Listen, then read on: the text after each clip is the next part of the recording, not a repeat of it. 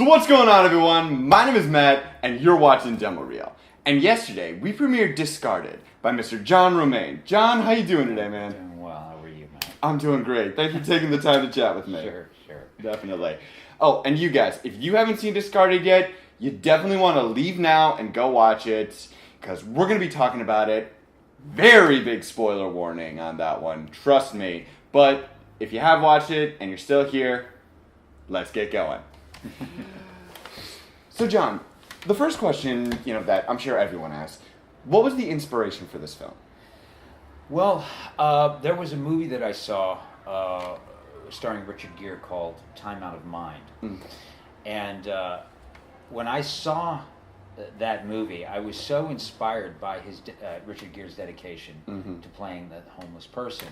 So I did the research on it, and he basically had done everything that a real dedicated actor would do. He actually went out and begged for change, and he actually did all the things that were needed to have the fullness of life in his movie.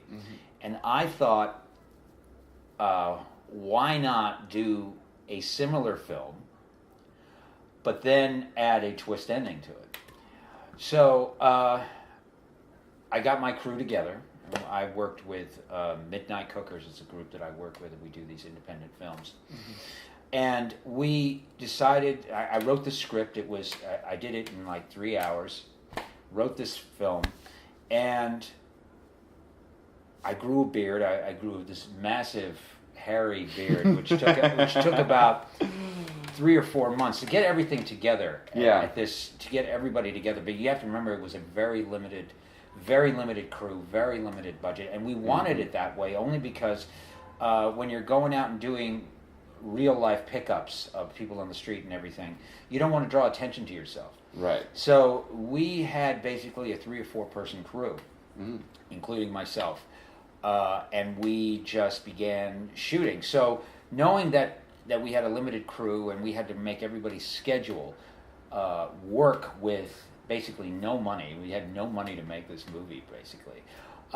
We decided to set a date, which was probably 3 or 4 months down the road. In that meantime, I grew the beard and set all the preparations and locations and securing the locations and scouting and all of this stuff. And so then when we did it, it took about 3 weeks to shoot, but we didn't take all 3 full weeks. There was 2 days here, a day here, 2 days here. And the inspiration was that movie, but also my wife, she works at the Bowery Mission. So which was featured in the film. Which is featured big time in the film, where my character goes in there. And some of the scenes in that film were just so wonderfully set up. The scene in the cafeteria with the homeless people. We shot with no extras.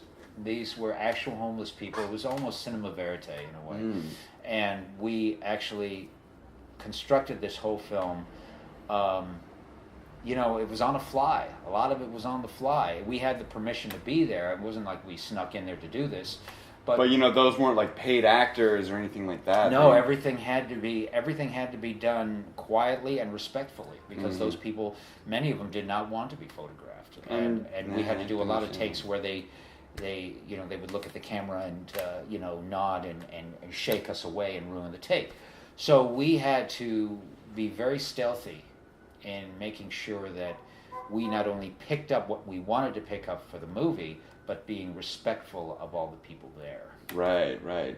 And that actually kind of leads to another question I had. There were, outside the Bowery Mission, you shot in crowds a lot. Yeah. And I have to ask, were people in on it? Did you tell them it's oh, hey, we're doing this or anything? Or did they think you were a homeless man? They thought I was a homeless man. There was this one sequence in the opening where we were at Grand Central. Right. Remember that, right? And so the camera was about 50 yards away. So I'm coming from the other side of the big, Grand Central Station there, and I'm walking and just in a daze, and because my character is completely incoherent. Right. And so I saw people that were just steering out of my way. You know, they basically didn't want to get in my way. We shot in Williamsburg. There was also a scene in Williamsburg in North 8th, which is the beginning of the film, where my character is actually begging for change, and he's beginning the process of begging for money. And I knew when I scouted that location that I would not receive a dime from anybody in that corner. It was, they're all the young, upperly mobile yuppies that were, you know, the Generation Xers, I guess what you call them, or whatever, the Generation Ys, or whatever they are now. Right. I stood there for an hour and a half begging for change at on Bedford Avenue and North 7th for an hour and a half. No one gave me a dime. Not a single person gave me anything. And so I was feeling the humiliation of that moment right there. You know, I've been at the Bowery, I've helped my wife out there, and I've seen the despondency and the hopelessness of many of the homeless people that are there. And no one can actually begin to grasp what they're going through or what they're feeling. But in that moment of an hour and a half of being totally a non-person, I got a taste of it. And I couldn't imagine doing that on a daily basis. Can you elaborate on that? You know, what kind of things were you feeling in that moment? What was running through your head? First of all, as an actor, I'm standing out there living the fullness of my craft. So I'm proud of doing that. Right. Being out there, and I'm doing the acting thing and actually experiencing the fullness of that moment. But then there's the other side of me, the human, more non-actor feeling of rejection, non-person, just the looks that I would get, like, stay away from me.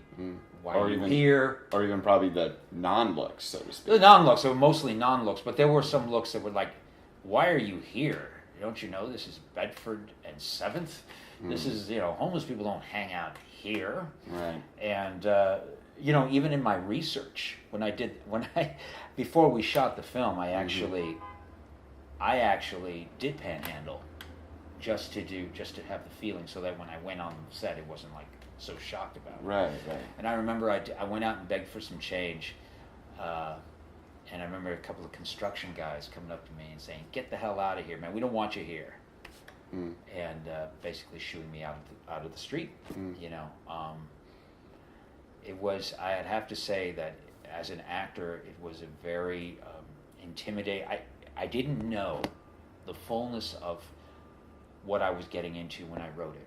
Yeah. And I was on the day we were shooting the scene of the begging stuff. Right. That was one full day. It was a full day of begging.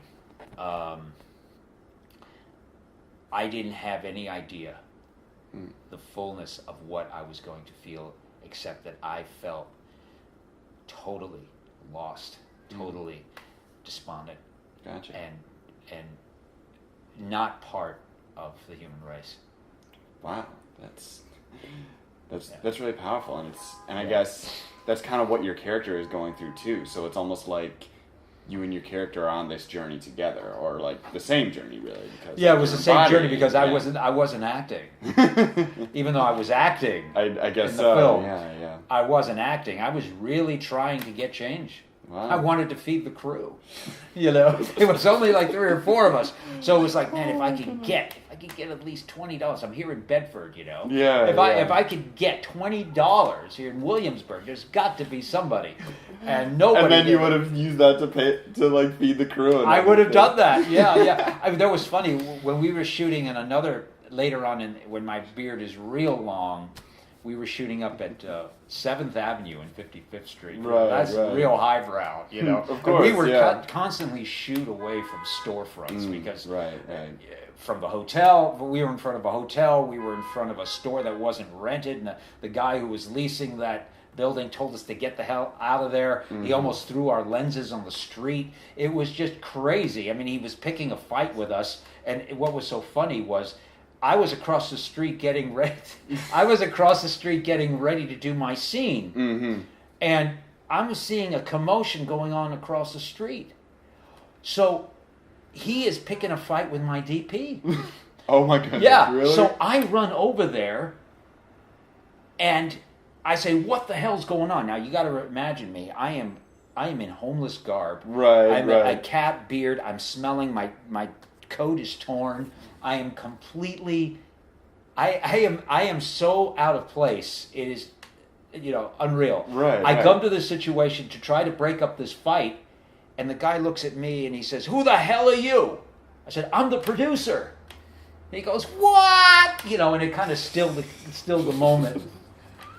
Which was really funny looking back at it, but it was really heated. Oh, I can imagine in the moment that was probably scary. That was crazy. Hell. But the fact that he thought I was the producer kind of said, "Well, this is a nothing production," So he kind of gave us away. But I was on 55th Street begging for change, and I made $2.35 actually, because $1 came from a guy on the street who was feeling sorry for me.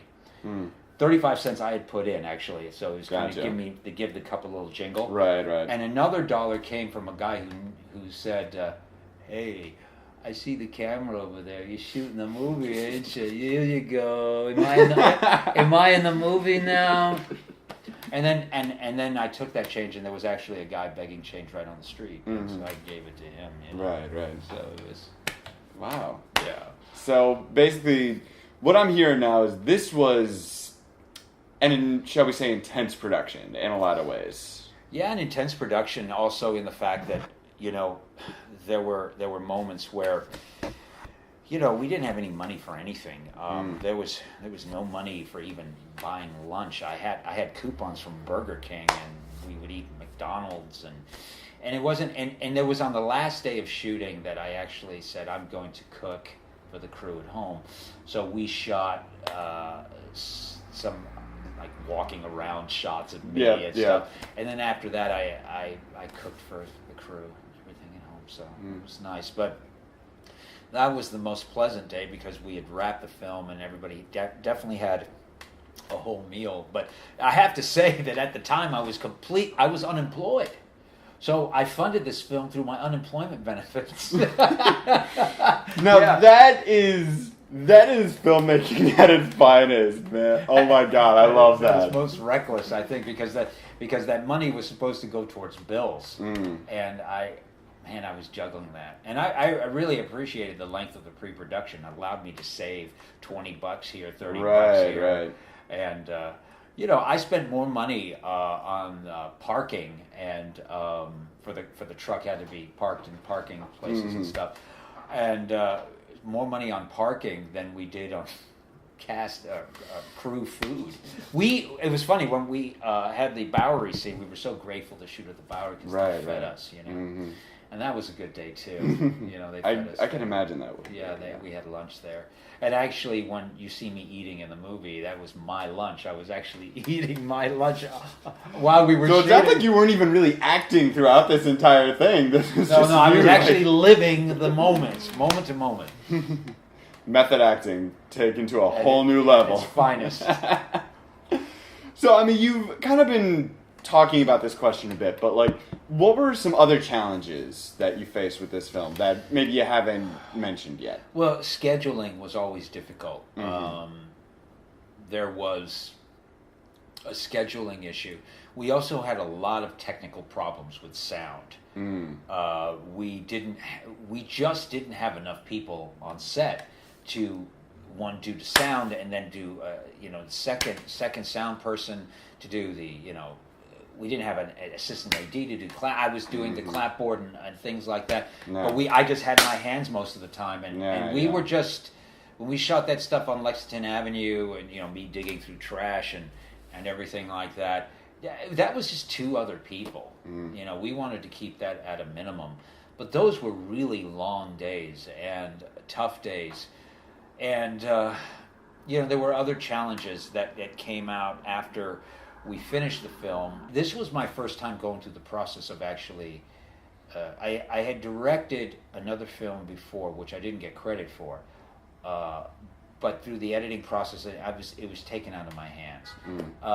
This one was more hands-on for me, and so there was a lot of issues of creative differences and names in the title, and it's like, guys, this film cost $400. $400 to make this movie. This entire film. For this entire film. Now, if you had added the labor and the equipment and everything that we did to this film, I would say the film would be more about in the $5,000 to $7,000 range. I mean, still, not a huge budget. Not a huge budget, but I couldn't raise that money. Right. I went to people with money, and they said no. Who wants to see a movie about a homeless guy? And we went and we played it at the screening down in Brooklyn, downtown. Right, Brooklyn. right. The one I was at, yeah. And first thing I heard from a couple of people was, "Oh God, is this a socially conscious film about homelessness to make us feel bad?" But it wasn't. It wasn't. It was a story about this one individual who had to go to the extreme lengths of where he needed to go to come out of it for what he was destined to do. Right. And that's something without giving it away. Oh, I gave him the spoiler warning. Oh, you did already? Okay. Yeah, we're fine. If you haven't seen it yet and you're still here, that is on you all. So, yeah. And speaking of which, what was shooting that scene like? It's because that's like the big twist at the end. Yeah. Oh, yeah. Where the big reveal. Well, it wasn't exactly what I wanted.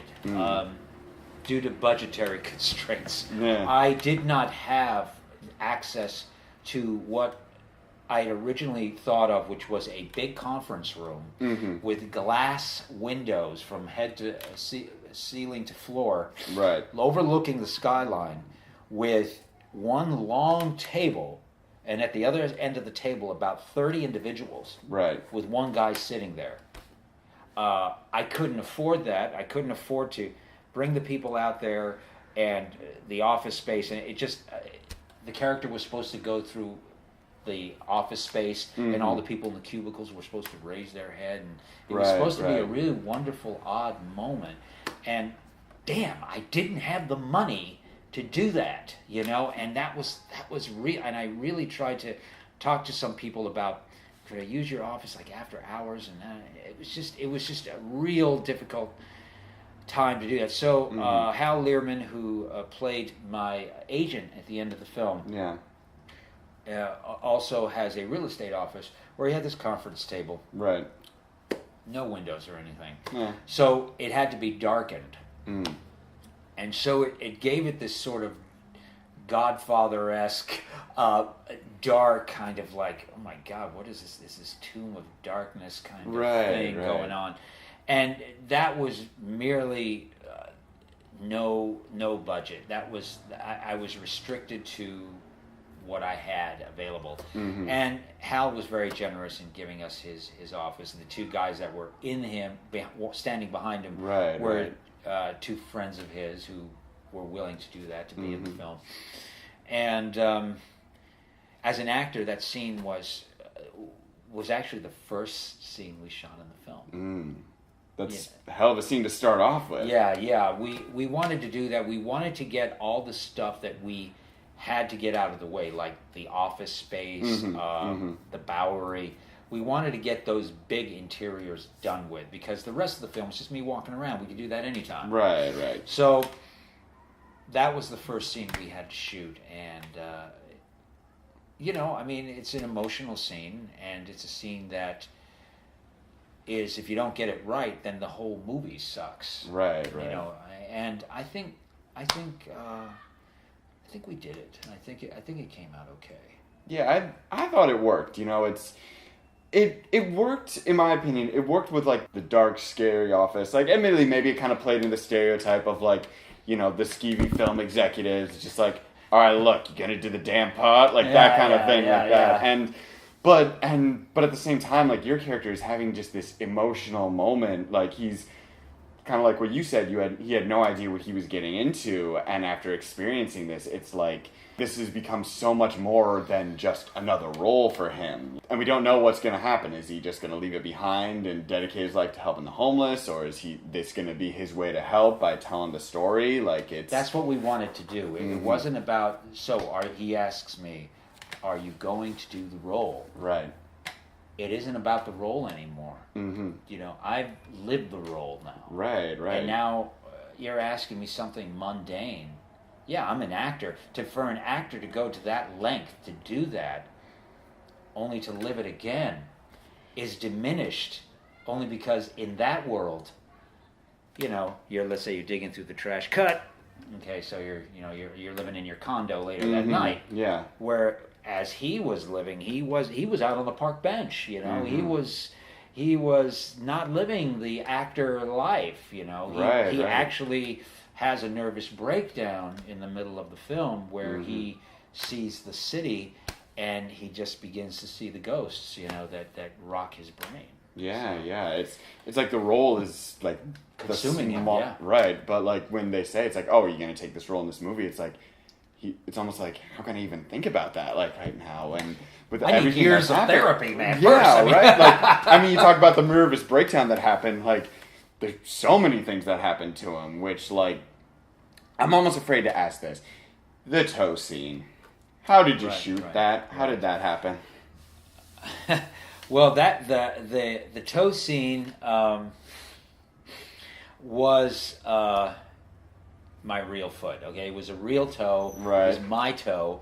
And when we were shooting that, and if for those of you who don't know what the toe scene is, it's when my character is suffering, because he's exposed in the street, he's suffering the elements of living out on the street. He's suffering the elements of non-hygienic living. Yeah.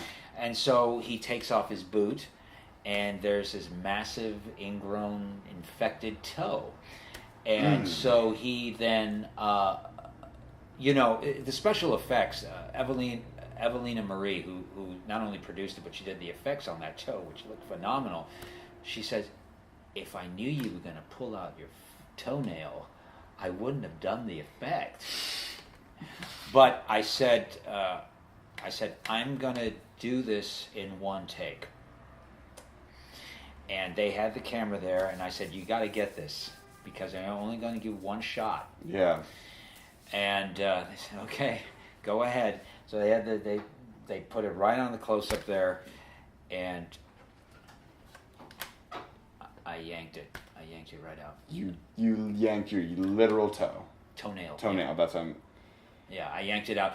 And the stuff that we did afterward, my reaction, Mike was like, you got to do the stuff of you pulling it actually. So it was already done, so I'm doing the scenes where I'm reacting to doing that. And then they were so shocked, they had to stop and just breathe. Because they were like, you're insane, John. They need to breathe. You were the one that I can't even imagine what you had to do. I was in slight shock. So I said, those Lysol wipes? Yeah. There was some Lysol wipes on the set, and I just, give me those Lysol wipes, and I was very calm. And I wrapped the Lysol wipes around the toe, put my sock on, put the boot back on, and said, look, we still got stuff to do. Damn, man. Holy crap. Yeah. And we shot... If anyone ever doubts this man's commitment again, I will personally fight you, okay? No, that's how it happened, and you'll see like some of the scenes with me limping around. Those were post-toe scenes. So the limp was very real. Oh, too. It was very real. And to be honest with you, the toe didn't grow back properly. Ooh. The nail didn't grow back properly. It kept growing crookedly, and I had to keep pulling the nail out. It's only in the last 3 or 4 months that it's almost completely healed. Okay, and this is all a right. year So you're later. okay. No, I'm okay. It was just a year later that it finally had to. Damn. Yeah. That is insane. Yeah, they thought I was crazy, but the idea was I wanted a moment in the film that showed that it took it as far away from him being an actor, preparing for a role. Yeah. It made the reveal much more dynamic because you had the toe scene and you had his insanity scene. Right. And it's like, where is this guy? It's the toe scene to me is in conjunction with an action scene in a movie. It's just something that's outrageous. Exactly. And that's what that was. Right. You know, it's something you realize like what this guy has done for, you know, his craft, like what he's experienced for, you know, making a good movie and that kind of thing. It's insane. Yeah, well, you know, he had his opportunities. It's like you watch the film and he's having that meeting with, he meets the young gal on the street who hands him the card to go to the bar. And that was played by my wife, Julie. And then I'm sitting across African American gentleman who's counseling me, and he says, you know, you look awfully familiar. Have we met somewhere before? And he just sits there because there's a hint. Although you're not thinking he's an actor. Right, but it's a hint. But once that's revealed, it's like... You look back at that and you say, God, maybe he did recognize him. Right. You know. And it makes like his reaction to like almost being recognized kind of deeper because it's almost like he's remembering that's just like, oh, this isn't actually my life. And he refuses the help. I mean, he says that, you sure you don't want to join the program? You know, and he just, you know, I don't think so. You know, it's because this is not about me joining the program. I could walk home to my Upper East Side, you know, brownstone. Yeah, exactly. On 68th and, you know, 5th. Right. You know, it's like, no, I could do that. I don't. This is not what me seeking help is about. You know, it's about living this moment to unanticipated moment, living the life of a homeless person who is going to reveal himself to everybody as the ultimate method actor. Which, you know, Hal, who is also my teacher and my mentor, he said that he goes, you know, these characters you play, they're not that far from you, you know, which is kind of, I don't know what if it's do you an mean insult. by that? Yeah, I don't know if it's an insult or he's praising me, but, you know, it's like... the fine line, very fine line. I think it's a fine line there, yeah. Oh, that's crazy. But one thing I'm always interested in, you kind of wore a lot of metaphorical hats for this film. You were the star, you wrote it, you directed, you were the producer. Yeah, Co-directed. Did any of those processes, well, how do I say this? How do those processes interconnect with one another? Did it make it easier or more difficult? I think that there were moments when Mike was setting up the shots and he was concentrating on the lenses and the angles and stuff like that, and making sure that it was in frame and wanted to do the picturesque moments. I think that he just, like the scene in the park with the two lovers. Right. He just basically said, John, you need to direct this because I'm busy with the shot, you know, and he's too busy. So I came up with the shot of them with the camera sitting behind them as I am spying on the lovers as they're kissing. And then he says, you know, you're a creep. What are you doing, creep? You know. So, and the shots in the office where, you know, Hal and the two guys are, and I directed their expressions as well. I had to do that, but there were moments where when I was doing my monologue and I needed help as to whether or not that was coming through, and Mike, and then who was shooting the camera, would give me several suggestions. Yeah. And so we worked very well together. We had done 2 films together, so we trust each other, and so I wouldn't have done the film without him or Evelina. Evelina, who was wonderful in producing and putting stuff together. She and him are midnight cookers, as far as I'm concerned, the group, and they are a wonderful production company. Oh, that's awesome. Yeah. Egos don't really get in the way. It's just that ideas, and I think that needs to be understood, that when someone has an idea that is, that they feel that they have to make sure that it's told, they feel that they have to express their idea in such a way that they must explain it to us why that idea is better. I had ideas for the film. Mike had ideas. Evelina had ideas. Bruno had ideas, and every one of us was able to justify the strength of our idea by explaining it. And so when the explanation for that idea was clear, we went with it. And so the egos were kind of like, just explain your idea and tell me why it's better than mine. No ego here, just tell me why it's better. And Mike and I had that, and Evelina and Mike, and me and Evelina, and Bruno and Mike, and that's what it was. And I mean, it was hard to do because everybody has a great idea, and I want everybody to have a voice in this thing. Right. But I have to go with what's best in the film. And when I saw Mike's edit of the film, I was just blown away by that, And so I had to put away my ideas. Right. And this isn't about ego. I'm trying to make the best film I possibly can. Absolutely. And knowing that I did, I'm so grateful to say that at the Chautauqua Film Festival up in Jamestown, it won the best short of the entire festival in That's 2017. amazing. Yeah. And so I'm so grateful for that, and that's all attributed to the great team that I have. Yeah. That's really all you need to make an amazing film at the end of the day. Yeah.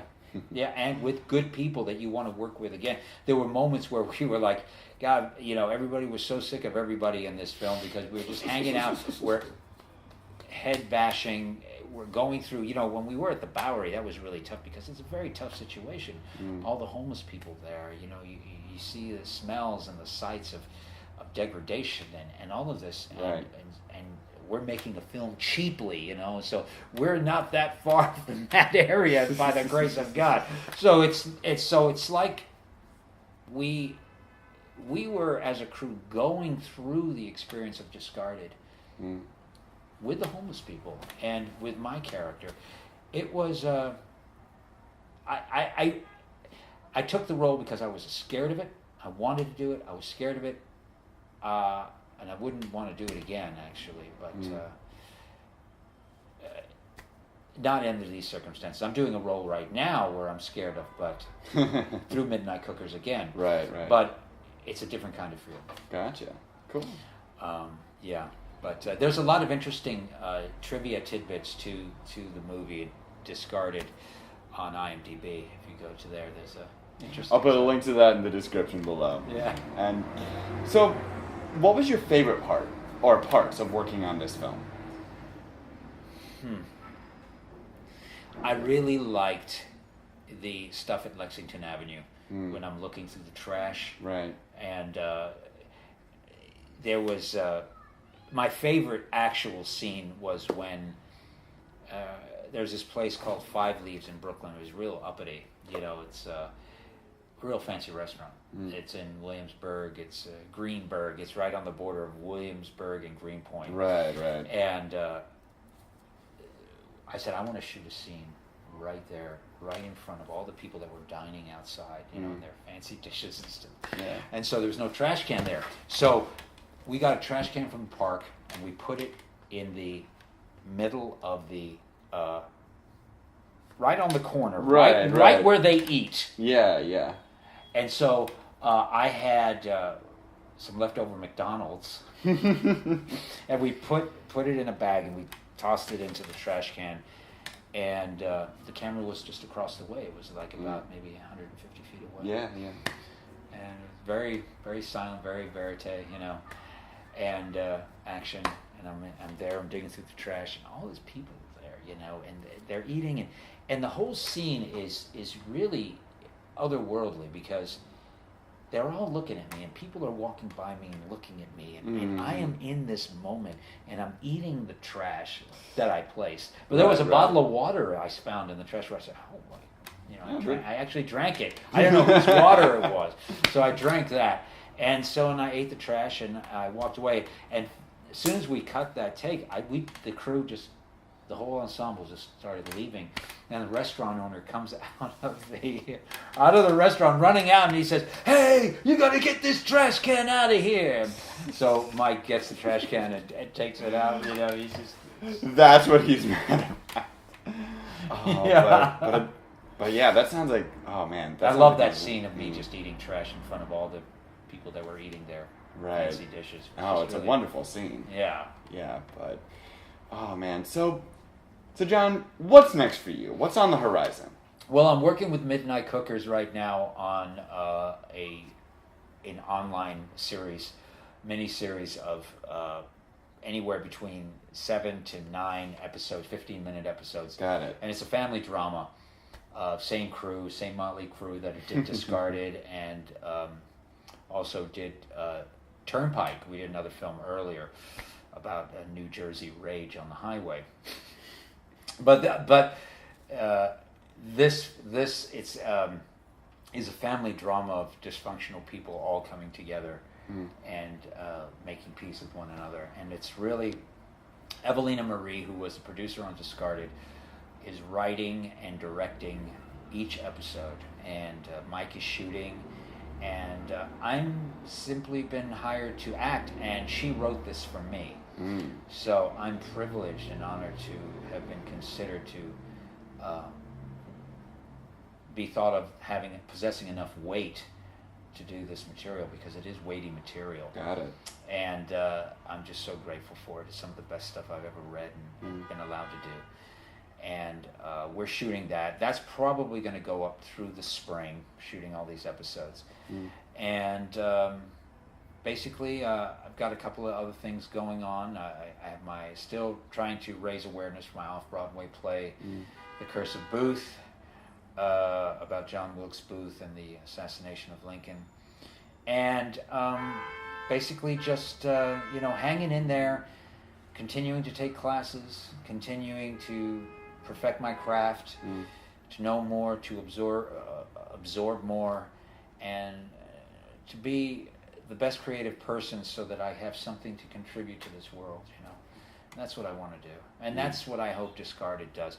The funny thing about Discarded, when I finished the film, I was able to share it with many of my friends. I shared it with colleagues and family and friends, all in total about 60 people, 50, 60 people. And I only got maybe a dozen responses, which was really discouraging. Because I was hoping that there would be more support in that area. And there wasn't, unfortunately. So, and it's not the first time that that's happened to me. I wrote a novel, and which is available on Amazon, but and it got high grades, high ranking, but and I get a residual check every once in a while. But I've had my friends don't ever respond to these things. I don't know why that happens. And that's not just to feel sorry for myself or anything. It's just to simply say that I'm here because I believe that what Matt is trying to do is to bring awareness to a film, and to bring maybe that enthusiasm that I have for filmmaking and for acting and everything to people outside of my circle, and maybe to expand my circle of influence, to have people maybe make comments on this film, and whether they're positive or not. The idea is to receive comments of the film. You can never grow without fair criticism. I don't mind criticism, as long as it's fair. It's not personal, it's not insulting, as long as it's fair and balanced in this. Fair and balanced, not a Fox thing, but as long as it's fair and that you are possessing a heart that wants to see the better of it, and to really make fair criticism. And I think that's all I want, and that's why I'm here. And I really am encouraged by this interview. To talk about the process is always a wonderful thing. It makes me grow and makes me realize why I'm in this. It's very enjoyable to be here and to talk about it. Same for me, John, honestly. But listen, that's all I have, John. Thank you so much for taking the time to chat with me. Thank you so much. I appreciate it. Absolutely. Anytime, man. And you all, thank you for tuning in. I hope you liked our discussion. If you like Discarded, well, first of all, if you need an actor, hire John, because my God is he committed. My God. But if you liked it, watch it again, share it. Keep an eye out for his miniseries, his play called The Curse of Booth, because I know this man's going places. And until next time, guys, you're watching Demo Reel.